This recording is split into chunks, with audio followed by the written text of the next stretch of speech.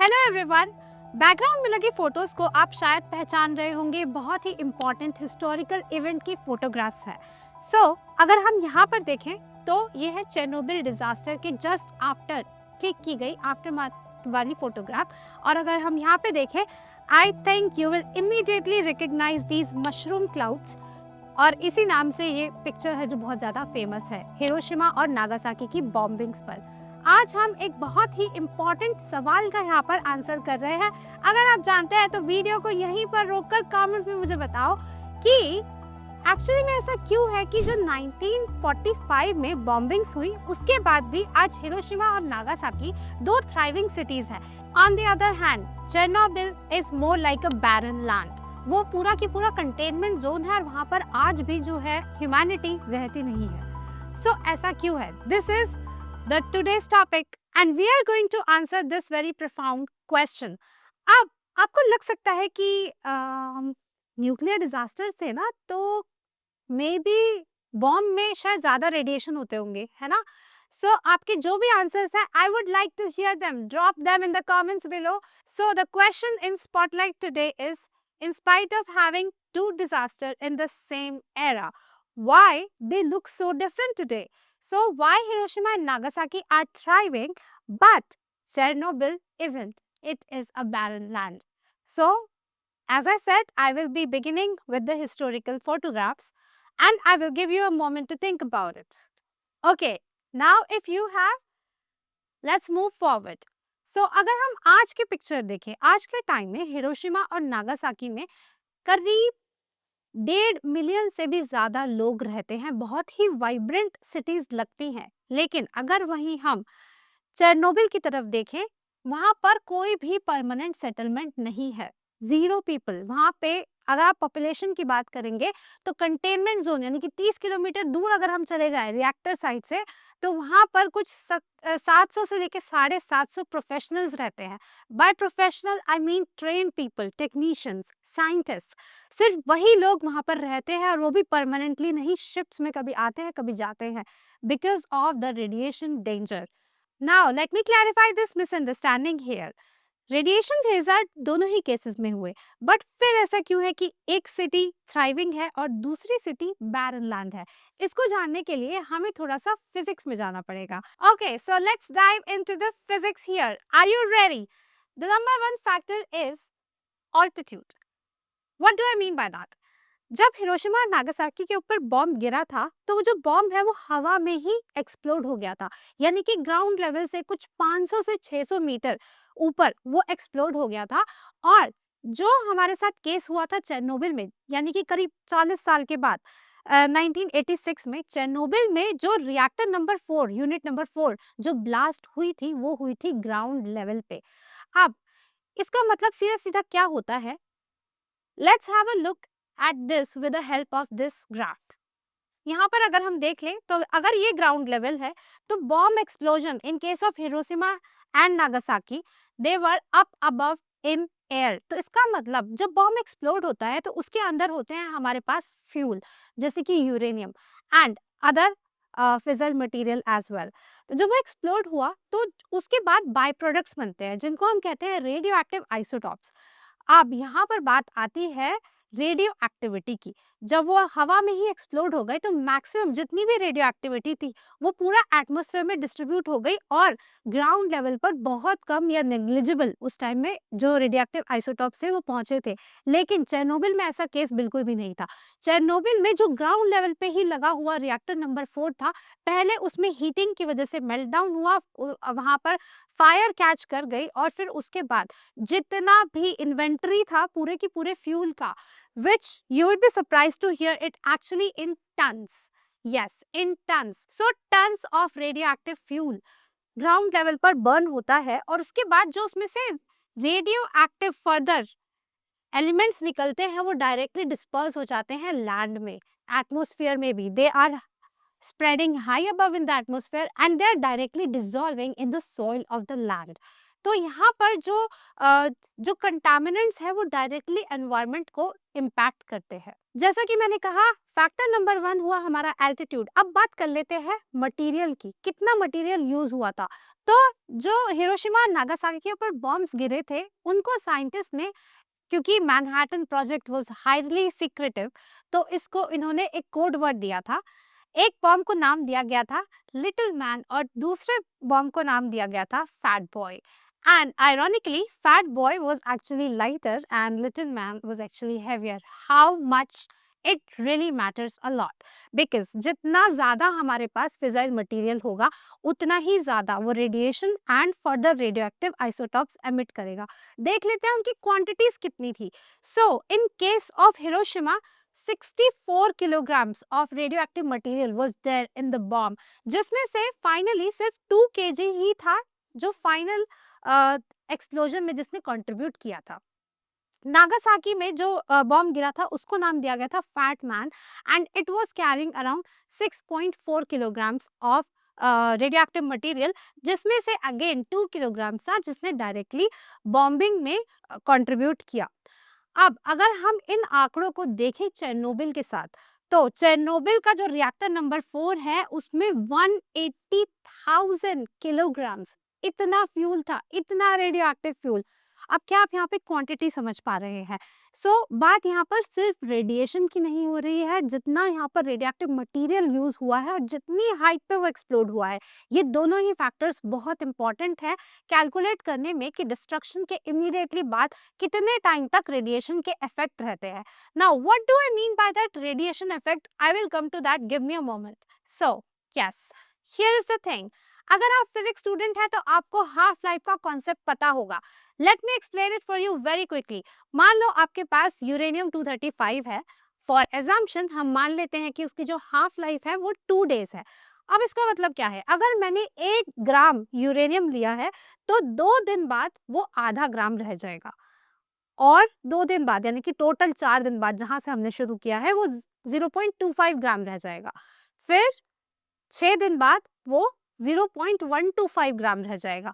जितने भी हमारे रेडियो एक्टिव आइसोटॉप्स होते हैं उनकी कुछ हाफ लाइफ होती है, और वो उस हाफ लाइफ के बाद क्या होते हैं, आधे खत्म हो जाते हैं, आधे वो डिसइंटीग्रेट हो जाते हैं। वो और अपने साथ क्या करते हैं, रेडियो एक्टिव रेडिएशंस वो एमिट करते हैं। Okay, if you get this concept, now it is the perfect time to talk about this. 2 factor हमने डिस्कस कर लिए हैं, first is altitude, second is the quantity of fissile material. Now let's talk about the half lives. half lives अगर हम देखें Hiroshima और Nagasaki की, तो जो बैकग्राउंड वेरिएशन है वो विद इन 1 मंथ बहुत कम लेवल्स पर आ गई थी। यानी कि एक तो पहले ही सिर्फ 2 किलोग्राम मटेरियल जो था वो ऑलरेडी हाई अबव एक्सप्लोड हुआ था, और उससे जो radioactive isotopes as a by product आए थे उनकी भी जो हाफ लाइफ थी वो विद इन 1 मंथ एक कंट्रोल लेवल में आ गई थी। ठीक है, अब मैं ये नहीं कहूंगी कि हिरोशिमा नागासाकी कि एकदम जीरो हो गई, नहीं। अब अगर हम रेडियो एक्टिविटी की बात करें तो जीरो कहीं पे भी नहीं होता है, कुछ लेवल में रेडियो एक्टिविटी ग्लोबली होती है। एंड हिरोशिमा एंड नागासाकी को अगर हम आज जाकर मॉनिटर करें तो उनकी रेडियो एक्टिविटी के लेवल उतने ही आएंगे जितने कि ग्लोबली सारी बाकी दूसरी जगह आपको देखने के लिए मिलते हैं। तो ऐसा नहीं है कि वहाँ पे अभी भी बहुत हाई रेडियो एक्टिविटी है, नहीं। इतने सालों बाद वो जितने भी आइसोटॉप्स प्रोड्यूस हुए थे वो सब डिसइंटीग्रेट हो चुके हैं ऑलमोस्ट। ठीक है, तो अभी it is pretty safe to stay there. But in contrast अगर आप यहाँ पर देखो, Hiroshima within 1 month and Nagasaki within 1 month. To give you a perspective, let me also give you some numbers. Okay, I think उससे ज्यादा चीजें आसान हो जाएंगी, तो मैं यहाँ पर कुछ नंबर अभी लिखने वाली हूँ। हिरोशिमा और नागासाकी में जैसे ही बॉम्ब ब्लास्ट हुआ था, हिरोशिमा के अंदर 70,000 लोग इमीडिएटली इमीडिएट डेथ। कुछ लोग इनफैक्ट वेपराइज हो गए थे। एक बहुत फेमस आप फोटो है, अगर आप सर्च करेंगे, it is called shadow of death. एक इंसान है जो बेड के सी बेड के आसपास बैठा हुआ था, और जैसे ही बॉम्ब फटा गायब, सिर्फ उसकी एक शैडो, एक छाप रह गई है, एंड वो आज आपको हिरोशिमा की म्यूजियम में मिल जाएगी। And on the other hand Nagasaki में इमीडिएटली जो लोग मरे थे उनका आंकड़ा है कुछ 35,000। विद इन अ ईयर ये आंकड़े डबल हो गए थे। हिरोशिमा में डेथ्स हुई थी 140,000 और नागासाकी में by the end of 1 year 70,000 इतने लोग मर चुके थे। अब चेरनोबिल की बात कर लेते हैं। चेरनोबिल में इनिशियली 31 लोग मरे थे, जिनमें ज्यादातर थे plant workers and the fire workers, जो कि उस आग को एक्सटिंग्विश करने के लिए आए थे। And with in a year और विद इन 3 मंथ्स ये आंकड़ा डबल हो गया था। वहां पे टोटल नंबर ऑफ डेथ्स करीब 70 के आसपास, 60 से 70 लोग। अब आपको देख के लग रहा होगा कि भाई ये वाली डिजास्टर तो बहुत ज्यादा थी, यहाँ पे तो मतलब 140,000 लोग मर रहे हैं, यहाँ 70 मरे हैं। नहीं, बात ये बिल्कुल भी नहीं है, क्योंकि मैंने अभी अभी आपको समझाया कि वहां पर जो रेडियोएक्टिव आइसोटॉप्स हैं they are still surviving today. So यहाँ पर ये जो ग्रीन वाला आपको लेवल दिख रहा है ये रेडियो एक्टिविटी का लेवल है। जैसे ही हिरोशिमा और नागासाकी के ऊपर बॉम्ब ब्लास्ट हुआ था, विद इन 1 डे वहां पर रेडियो एक्टिविटी के लेवल्स 80% ड्रॉप कर गए थे।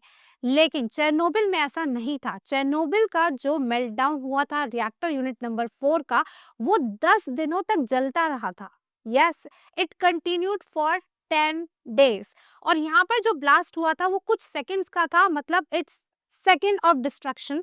बट यहाँ पर डिस्ट्रक्शन 10 डेज तक कंटिन्यूसली चलता रहा था and with more radioactive material.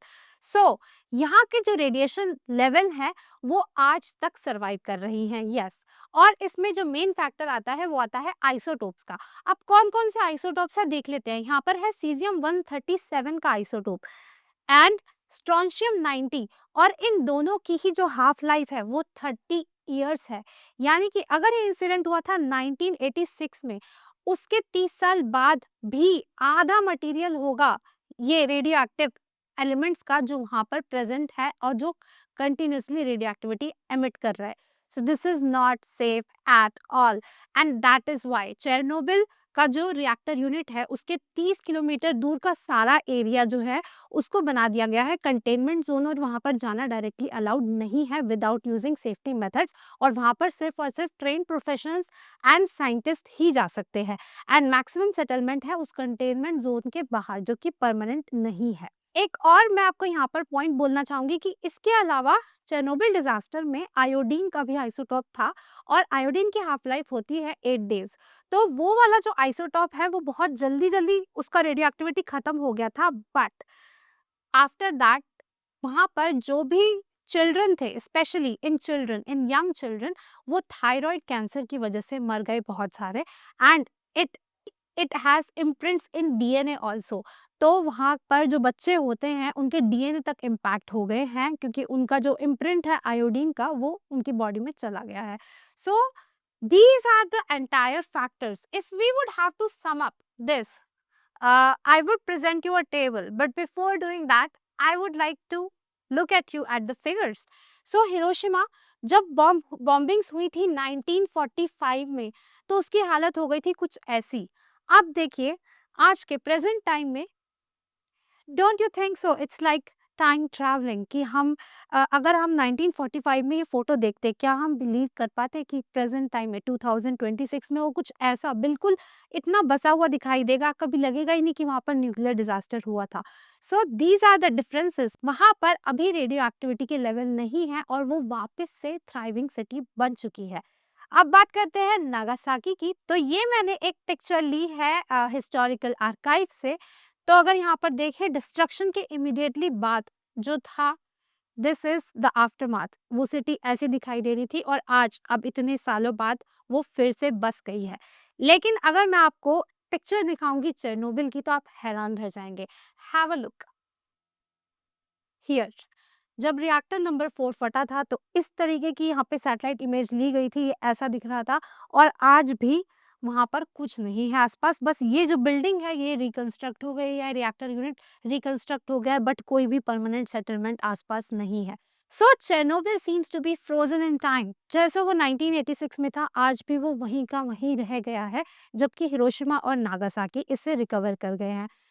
Apart from the science factor, I would also like to mention a very quick historical fact here. Because जब हिरोशिमा और नागासाकी की बॉम्बिंग्स हुई थी उस टाइम साइंटिस्ट को भी रेडिएशन इम्पैक्ट्स एंड हेजर्ड्स के बारे में उतना नहीं पता था। तो जो सिटीज़ हैं वो विदिन 10 ईयर्स कंस्ट्रक्ट हो गई and people found out about the radiation hazards afterwards. We got more clarity because science evolves with time, right? So हमें जो उसके बारे में क्लैरिटी है वो विद टाइम आई. सो जो कि मैंने बात की थी डीएनए इम्प्रिंट्स की, तो वो अभी भी वहाँ पर है हिरोशिमा नागासाकी में, but not as much disastrous as Chernobyl. Now, to sum up, 5 factors हैं जो कि कैटास्ट्रोफी कितनी बड़ी थी, डिजास्टर कितना बड़ा था, उनको डिसाइड करते हैं. सबसे पहला पॉइंट है डेटोनेशन पॉइंट, यानी कि जमीन के स्तर से, ग्राउंड लेवल से कितना ऊपर जो बॉम्ब था वो डेटोनेट हुआ था या डिजास्टर था वो हुआ था, जो कि हिरोशिमा के केस में 500 मीटर्स अबव था और नागासाकी के केस में 600 मीटर अबव था. लेकिन इन case of Chernobyl it was at the ground level पर ही रिएक्टर फट गया था. Point number 2 is fuels involve. कौन कौन से फ्यूल इन्वॉल्व थे और वो जो उनके बाय प्रोडक्ट्स थे उनके हाफ लाइफ कितने हैं. Very important point. Fall out pattern. अब क्योंकि हिरोशिमा नागासाकी में जो बॉम्ब एक्सप्लोड हुआ था वो एटमॉस्फेयर में ही एक्सप्लोड होने के बाद डिस्पर्स हो गया, बट चेर्नोबिल में बिल्कुल उल्टा हुआ. ग्राउंड लेवल पर एक्सप्लोड हुआ और डिस्पर्स हुआ सीधा सॉइल में, यानी कि डायरेक्ट लैंड कंटेमिनेशन. उसके आसपास का जो प्लांट्स है वो भी लाइफ पूरी गई, जो भी एनिमल है और ह्यूमन सेटलमेंट तो चली ही गई. ओके, एंड जब हम फ्यूल इन्वॉल्व की बात कर रहे हैं तो यहाँ पे सिर्फ आइसोटॉप्स नहीं, हम किलोग्राम ऑफ फ्यूल की भी बात करेंगे, जो कि चेर्नोबिल में 180,000 kilograms, and on the other hand in the bombs it was just 2 kilograms. And long lived isotope हमने ऑलरेडी कवर कर लिया है. And the cities today as you know it, Hiroshima and Nagasaki are very vibrant city. However, Chernobyl is just a barren land frozen in time. If you like this content, subscribe to our channel Scientist by Sayastra, and I would like to hear about your thoughts on this topic. So drop them in the comments. I would love to engage with you. See you next time.